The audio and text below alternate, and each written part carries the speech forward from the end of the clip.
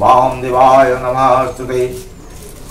ओं कलभ्रावं कटक्षयति कूलभयदां मौलिवर्धन्दुरेखं शङ्खं चक्रं कृपाणं तिशिकमपि वैरुद्वहन्तीं त्रिनेत्रं सिंहस्कन्धरूढं त्रिभुवनाखिलम्।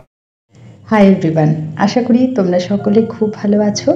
আমি আবার একটা নতুন ব্লগ তোমাদের সামনে আনলাম।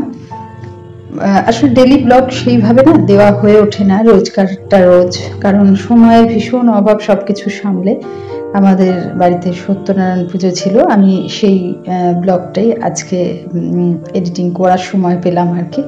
হয়তো সব দিনগুলোই একটু দেরিতে হয়, কিন্তু চেষ্টা করি মুহূর্তগুলোকে তোমাদের সামনে শেয়ার করা, তোমাদের সাথে শেয়ার করার।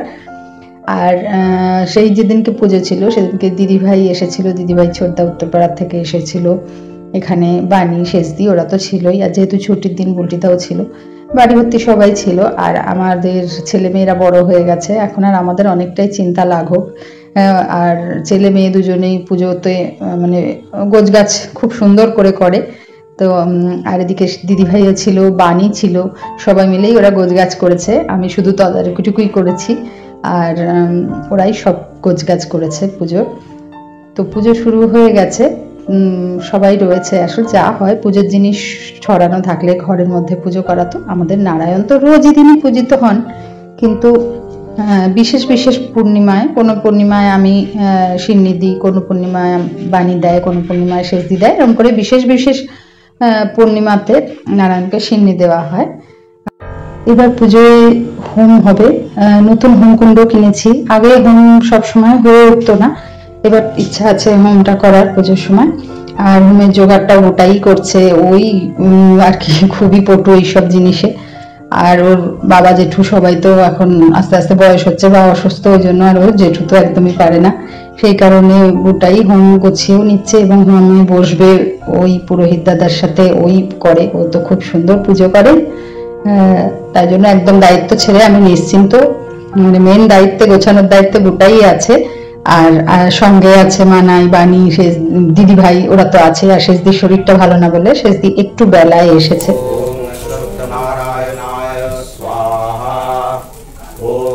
सत्यनारायणाय स्वाहा।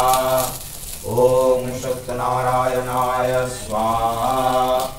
ओम सत्यनारायणाय स्वाहा। ओम सत्यनारायणाय स्वाहा। ओम सत्यनारायणाय स्वाहा। ओम स्वाहा। ओम स्वाहा। ओम स्वाहा। ओम भूर्भुवस्सुः स्वाहा। ओम विष्णु विष्णुरं तत्समद चैत्रमासे शुक्ले पक्षे पूर्णिमा तिथौ स्वाहा।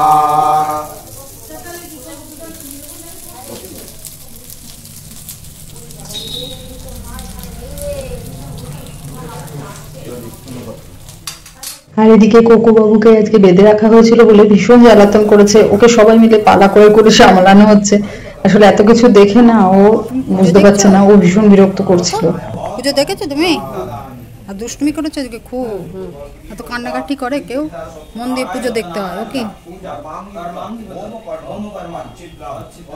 খুবই দুষ্টুমি করেছো আজকে, ভীষণ দুষ্টুমি করেছো। ঠিক আছে, চলো আজকের মতো ব্লগটা এখানেই শেষ করছি। ঈশ্বরের আশীর্বাদে তোমরা খুব ভালো থেকো। আর আমার ভিডিও যদি ভালো লাগে চ্যানেলটা সাবস্ক্রাইব করে লাইক কমেন্ট করো।